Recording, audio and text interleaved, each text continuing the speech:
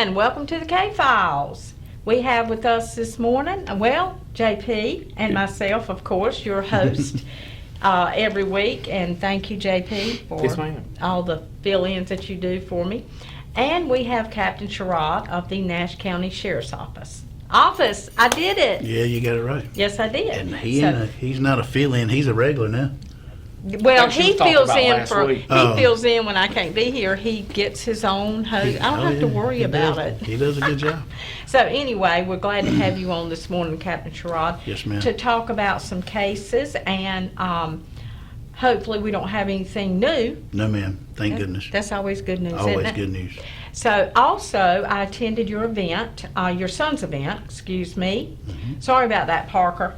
But anyway, your son Parker and his Jeremy? Yep, Jeremy, his best friend, one of his best friends. Yes, that was a touching story that they have been friends for so long. Oh, yeah. And but anyway, they earned their Eagle Scout, and I'm going to let Jeff tell you what the project was that they were so passionate, that Parker was so passionate about. So tell us exactly what the project was, because you really have to do a really nice project to earn an Eagle Scout. You do, and Parker's project, he decided to put the 5 missing names on the fallen officers memorial outside the courthouse in Nashville. We originally thought it was 3, the 3 recent ones, but when we got with the FOP Lodge, they realized that when they first put that monument there, mm-hmm. that they had forgotten 2 of the late ones, and they were back in 1900s. So we agreed to do those as well. So you have to raise money, donations, and thanks to everybody that donated, that bought pork chop plates back in when we had the sale, and we were able to put all 5 names on the monument. We were able to buy a bench in front of it. Oh, wow. With Parker's name on it.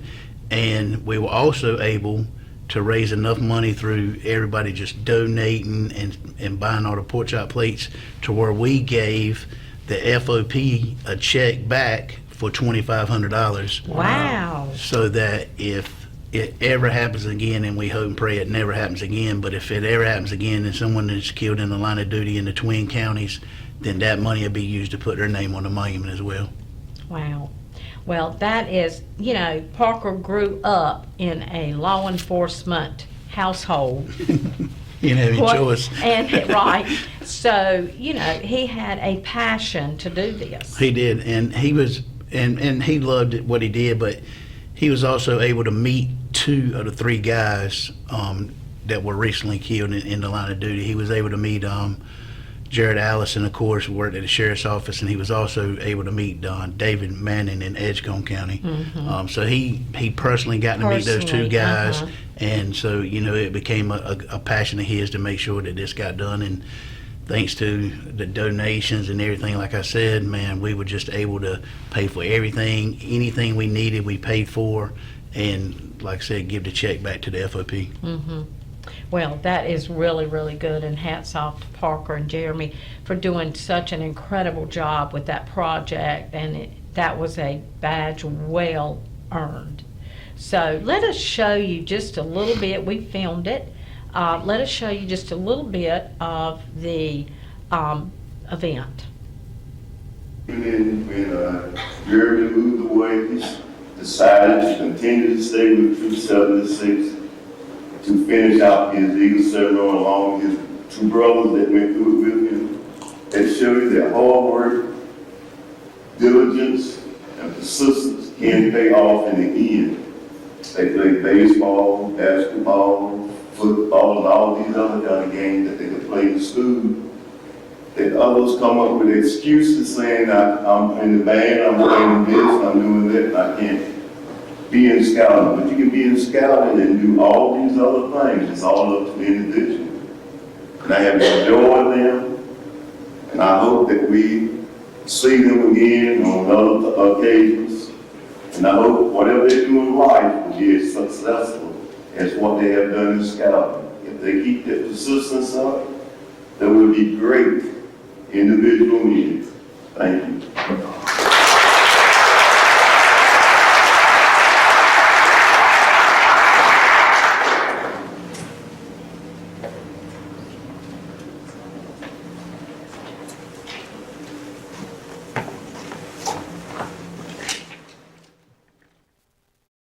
Well, that was their scoutmaster. It was. He was the Nashville Scoutmaster. You were there, and man, it was an overwhelming crowd. I bet we had Yeah, it was packed. 150 people in that courthouse. Yes. I like to think House Representative Alchester, he came and gave them flags that flew over the state capitol, and he's working on getting them U.S. flags that flew over the Senate from in Washington. So they're going to receive those as well. So I thank him for coming. He spoke and presented the flags to them and stuff. So it was a good event. Yes, it was a very good event, and as you said, very well attended. So, okay, so cases are the same. Cases are the same. Just like to talk about Melito Armstrong. He was 17 years old. He was killed in August of 2022. He was at a party on Lonesome Pine Road outside of Whitaker's. 200 people plus at this party, and we were probably able to interview no more than 12. And of course, everybody hadn't seen anything.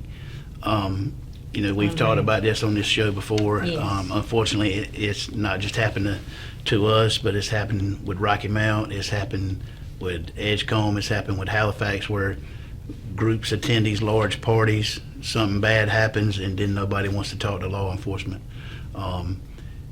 Somebody said to me one day, they said, Jeff said, look, we keep hearing you talk about this case out there on Lonesome Pine Road. I said, yeah. They said, well, man, if those are his friends that are supposed to be at that party and they're not talking to you, he said, well, just imagine what the people that don't like him, I was how going to they say, feel. what a friend. Yeah, I mean, so, it's a bad situation. And like I said, unfortunately, it's happened to everybody around here where Are they scared? I believe so. JP and I got into a debate one day when you won't hear about this, but my personal opinion is that people just feel like they are going to get retaliated against if they come to law enforcement and say something, or their name's going to show up in a report, and then when you arrest somebody, it's going to become part of the discovery, and then they're going to see their name in a report. And in some aspects of society, and I hate to say this, they make songs about it and everything else. It's about snitching. Oh yeah. They don't want to be seen or perceived as a snitch, and until it's their loved one, or their son, or their mama, and then they want to get on TV and beg for information. Yeah. You have to be persistent in that message.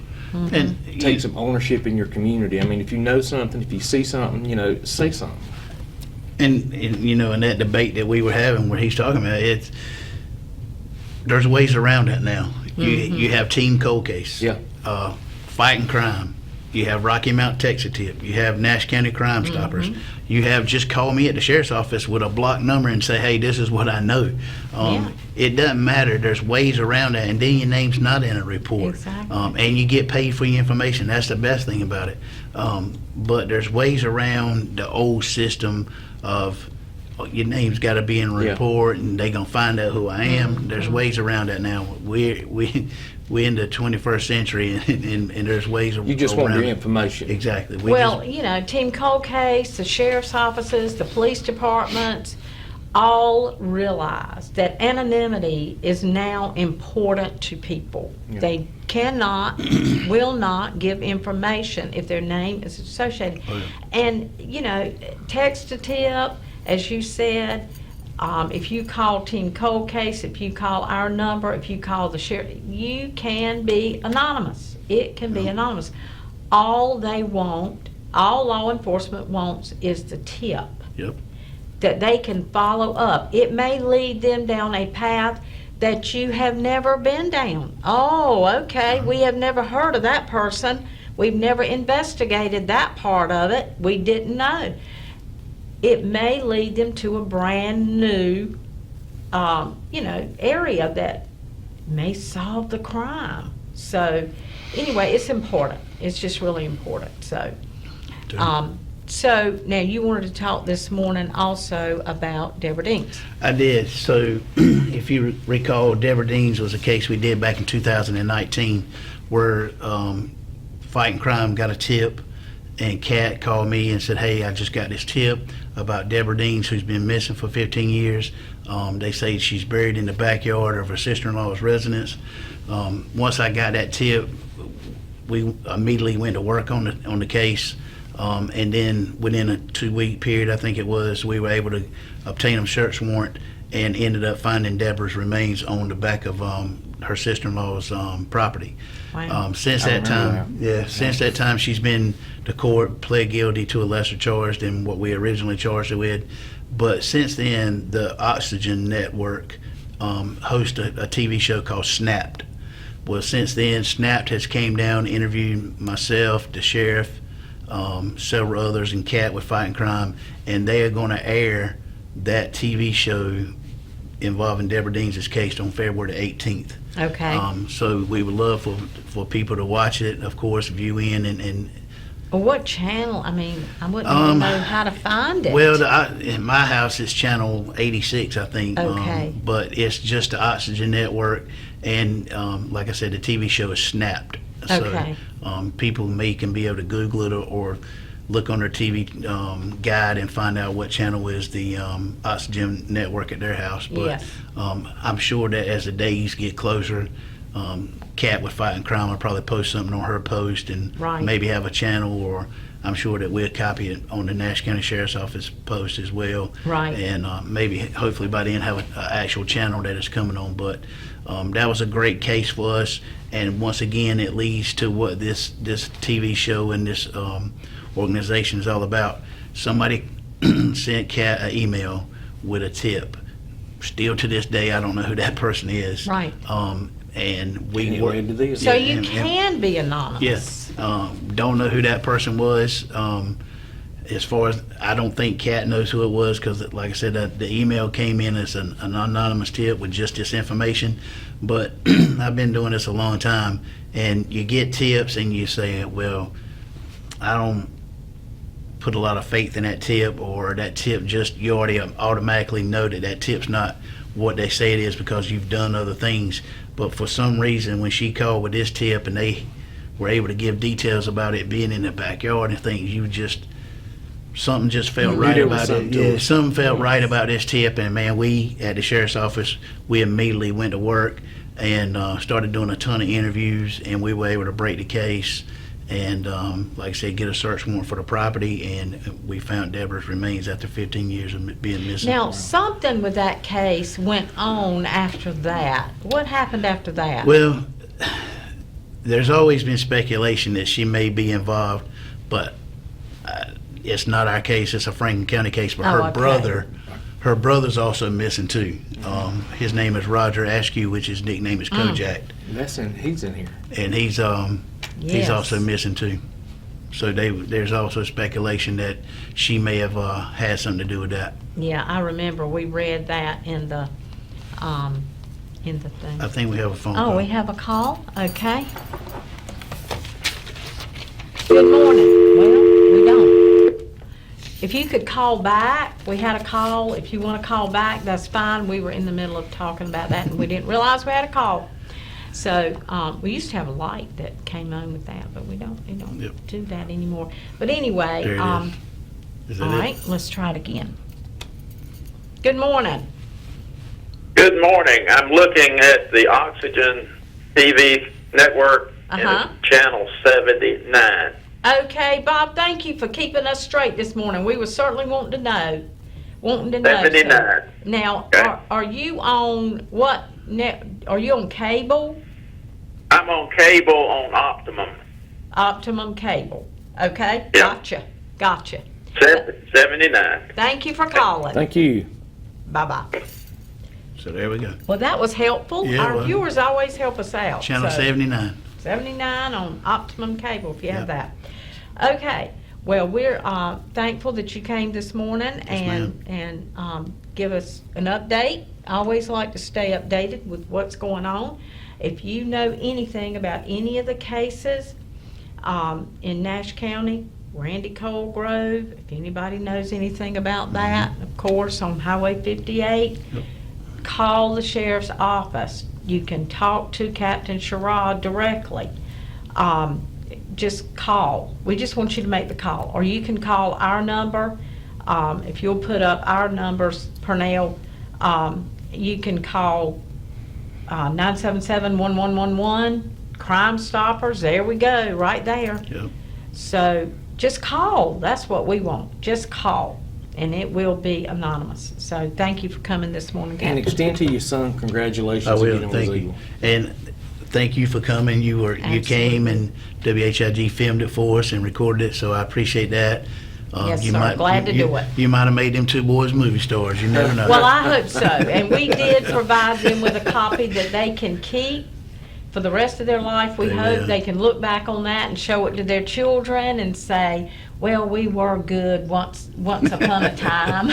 That's an accomplishment. That It is is, an accomplishment. and and we talked about it before. I mean, it looks good on a college resume. Yes, it does. Yes. It's just good to have in general. But when colleges see that here you are applying to come to their university, and you put down there that you just received your Eagle Scouts, I mean that automatically Yes. puts you in front of a couple other people that are trying to apply for the Yes. same position you are. So Well, it demonstrates that Absolutely. that young man is objective driven. Yes. He set his Right. focus on something, and he developed a written plan to get to it, and he accomplished it. correct. It's there's a lot that goes in it. Yep, A whole lot. absolutely. It sure is. All right. And we will see you the first of next month, I Yes, ma'am. guess. And February 18th. February 18th, Oxygen Network, Channel 779. Thank you, Bob, for calling. Channel 79, Optimum Cable. Let's take a look at that. So we'll be right back with you right after this on the K-Files. All right, and welcome back to the K-Files. It's me and JP. We're going to go over some cases with you. And to the gentleman that asked for a book, called into the morning show to ask for a book, we do have it down here. Come get one. I'll be glad to give you one. Okay? I saw your ad. Sheriff Keith Stone was on. Yes. I was there. Yes. The sheriff, as you know, is a good friend of mine. We worked together for years on the highway patrol, and in full disclosure, Yes. Freddie is my cousin. Okay. And I don't know if you know this or not, but I am serving as his campaign manager, just in full disclosure. No, I did not know that. I am. I'm his Okay. campaign manager. Great guy, great people. Folks, don't take to heart everything that you hear about what's going on in the county. Look, get out here, do your own homework. We've got a bunch of good candidates for all offices. County Commission, NC House. Get out here, do your own homework. Right. Please understand there's a lot of misinformation going on. Like the sheriff said, there's a lot of play on words. Please get out here, educate yourself, and be an informed voter. And, Nash County needs you. Well, there's a lot of passion in that race for Edgecombe County. Nash County Commissioner is District 3. Yeah. Which is the southern end of the county, which is Bailey, Middlesex. Does it include Spring Hope? Half of Spring Half Hope. of Spring Literally Hope, half of Mount Spring Pleasant area. All of that is southern end of the county. And there's a lot of passion. There's reasons why people run. People don't just wake up and say, I'm going to run for Nash County Commissioner. Yeah. That doesn't happen. There is a reason people run. There's a passion that people run for most of the time. Yeah.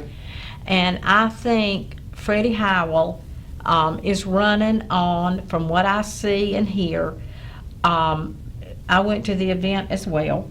From what I understand, he is running on a passion that he wants the services in his county to be adequate, the emergency services, he wants his county to be safe, his District 3, where he lives, to be safe for his family. And there's reasons why he's running. Again, we got a lot of good candidates. Dan Cone, fine man. He was my insurance agent. Have absolutely nothing negative to say about him at all. Nothing. Got family members that support him. It's just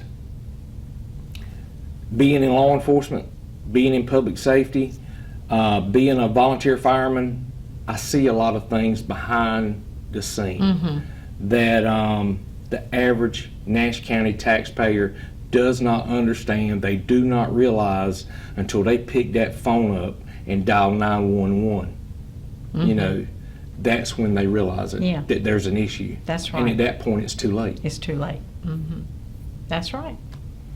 So, anyway, it is an interesting race, and some interesting races going on out there, and the primary will be over on March the 5th. Yep. One of the cases that we're going to talk about this morning is, and we've talked about it before, Devontae Jaquan Ebert. This case is from June 13th, 2014. Police officers were called to the 700 block of Branch Street in Rocky Mount around 12:30 a.m. after Rocky Mount police got reports of gunfire in the area. When officers arrived, they found 2 people suffering from gunshot wounds. Both were taken to the hospital. Devontae Jaquan Ebert, 18, died at the hospital from his injuries. The other victim, a 17-year-old, was treated and released. A short time later, 2 other victims, ages 21 and 26, arrived at the hospital with injuries from the same incident. They were also treated and released. So it looks like multiple people were injured. Yes. At least 2 were shot, 1 killed. 700 block Branch Street, Rocky Mount, 12:30 a.m., June 13th, 2014. This is a Rocky Mount police case. Folks, if you know something, reach out to Rocky Mount Police Department, text a tip, Twin County Crime Stoppers, Fighting Crime. Please, the smallest detail that you have could lead to solving this case and holding people accountable. Well, this has been about 10 years ago. Yeah. But if you know something about this or any case, you still know it. It doesn't matter. You haven't forgotten seeing someone killed. You know from 10, it doesn't matter if it's 10 years old. You still know it. And you remember it. That's something you don't forget. So if you can provide us with a tip, law enforcement with a tip, we would greatly appreciate it. There's the hotline number, 406-6736, or you can call us. We have said, Crime Stoppers, we'll put some money in your pocket. We'll put cash in your pocket. We're up to $15,000. We'd love to pay out. We want to pay you. We want to pay. So you'll get your money within a couple of days, 48 hours, and it will not be upon conviction. You don't have to go to court with it. It's upon arrest. And look, Valentine's Day is right around the corner. You Yes. might have some information on an ex-boyfriend or an ex-girlfriend. What better way to celebrate Valentine's Day by dropping a little bit of information on an ex-loved one and help bring some accountability to a crime they perpetrated. That's a good point, JP. Real good point. So, This next case, Julius Lee Brinson. This case is from August 17th, 2014. Around 9:45 p.m., Halifax County deputies responded to 52 Verna Lane, Enfield, regarding to a shooting incident. After arriving, deputies located Mr. Julius Lee Brinson just inside the doorway, deceased from an apparent gunshot wound. The information provided at the time of the incident was that 4 unidentified black males kicked the door into the residence to rob the occupants of the home. Again, August 17th, 2014, Julius Lee Brinson, around 9:45 p.m., found him just inside the doorway, deceased from a gunshot. Halifax County, Enfield. This would be Halifax County Sheriff's Office. If you know anything, you can call them, but you can still call all of the other numbers. But we would appreciate a tip. Any tip, no tip is too small. We want any tip we can get. Law enforcement wants any tip they can get just to get a lead started. So if you know anything, you might think of a car that you saw in the area or something like that, and you thought it was very insignificant. Maybe it wasn't. Maybe you need to tell that. So, all right. Well, we've got to go to break. The morning is flying by, so we'll be right back right after the weather. And welcome back to the K-Files. Well, guess what the next case is? I'm questioned about this case more than any case. It's the most asked Yeah. about case, JP. You're right. It is. Wouldn't you think? I'm asked about this more than anything else, even down my way. Of the high-profile Middlesex cases, people ask me about this case more than anything. It just intrigues a lot of To people. me, it's so solvable. It can be solved, and even the police department says that. I would They say love to have, an hour or two, one-on-one behind closed doors with the investigators or the case file to see, not to share it, but to really see what they know. Yes, yes. Because there are things in this case that we don't know. And what's the program that Skeet's going to be on? Oxygen. This. Oh, that's the one that needs to be This on is oxygen. one that needs to be on oxygen. Woo, yes, it sure does. Yes. This is a red hot case. Absolutely. Has a lot of attention, and has for years. Yes. And this one Almost 10 years is 10 old. years too. Hoy Jefferson Cobb. Hoy Jefferson Cobb. Known as Jeff. He was a Nash County commissioner. A very influential family here in Rocky Mount, known by a lot of people. This case is from November 11th, 2014. Hoy Jefferson Cobb Jr., Jeff Cobb, 75 years old, was found dead in his residence on Jeffries Court in Rocky Mount, North Carolina. He died of multiple stab wounds to the chest, according to his death certificate. There was an open package of condoms on the bedside table. A woman's hair tie was found on the floor of the bedroom, according to an investigation report. Cobb had an acute amount of alcohol in his system, according to the autopsy toxicology report. Robbery was not the motive, as nothing appeared to have been missing from the residence. There had to be a vendetta, a something, not robbery, but something against Mr. Cobb. Absolutely. And I'm thinking, with the condoms on the table, and this sounds terrible, with the condoms on the table and the hair thing on the floor and all that, and he was known as kind of a womanizer. But JP, he was 75 years old. Hey, that's my kind of 75 right there. He was 75 I mean- years old. And I'm not laughing about the case at all. No. Because I know the family of Mr. Cobb, and we want to solve it. Yeah. Whoever did this, they deserve to be held accountable. Yes. I'd love to hear their side of the story. I'd love to know everybody's perspective on this case.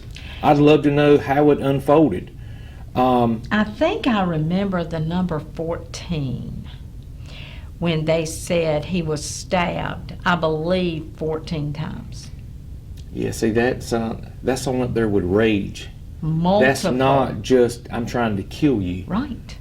But we can't figure out if it was a male or female. There's so many varying opinions on that. You think it was a male.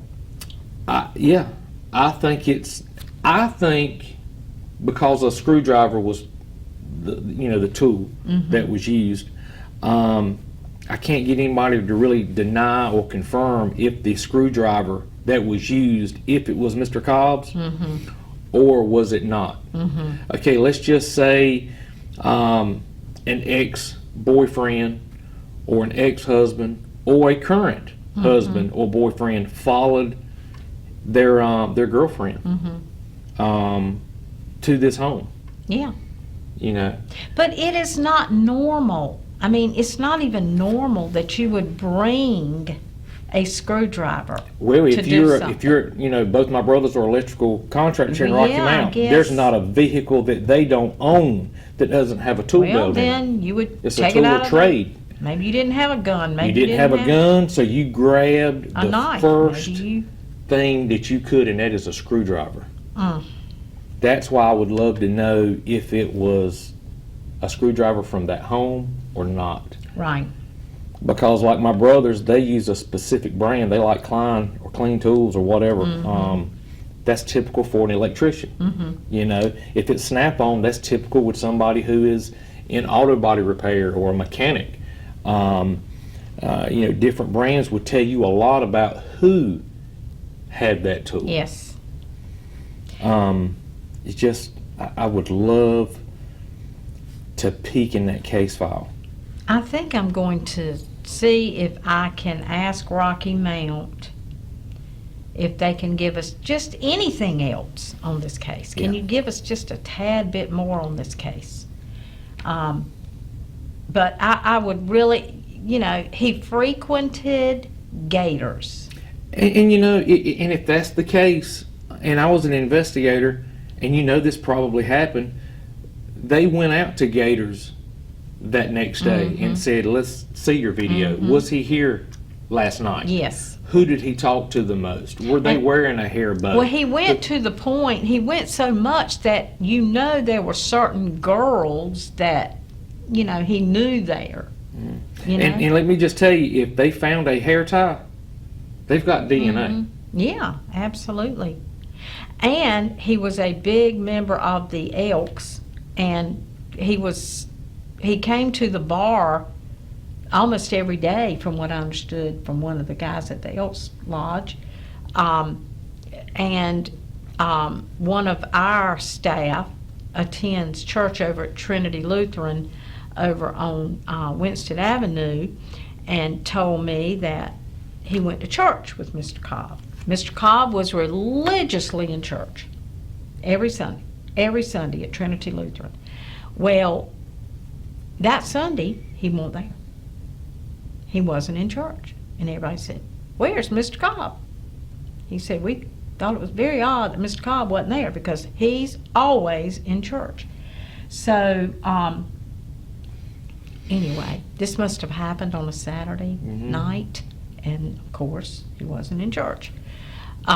So, anyway, that kind of thing. So that's just some details that I have picked up from talking to people at the Elks and at the church and all that. I'd love to see a timeline of where they think he went, where they could, you know, kind of put him out using his debit card or camera or GPS or cell phone. I'd love to know, because it would. Yeah, I think they said at one time when this case first came out, I think they said he had been to Gators. So, And you stop and think, if you're the female, and I'm just speculating, and you just witnessed your husband or your boyfriend savagely murder somebody right in front, you're scared to death. Because you don't want him to do it to you. right. Well, if anybody knows anything, this case is solvable. It And is. if you were somebody that knew him, you know, close to him, and his family I know his family very well. They have, you know, begged me to put this case out a lot, and we put it out and put it out and put it out, and we have begged for tips. Somebody out there that goes to Gators a lot, or went to Gators a lot at that time, that was 10 years ago, but somebody knew something about who he probably left with Yeah. that night. This was somebody he had a relationship with. Or It's who my he had a opinion. relationship Yeah. with, right. Yeah. I mean, they Well, I'm knew. talking about even if it was just a cut up. Yeah. Let's just say it was a bartender. Let's just say it was one of the waitresses. Yeah. This is somebody he had an established relationship with. You're exactly right.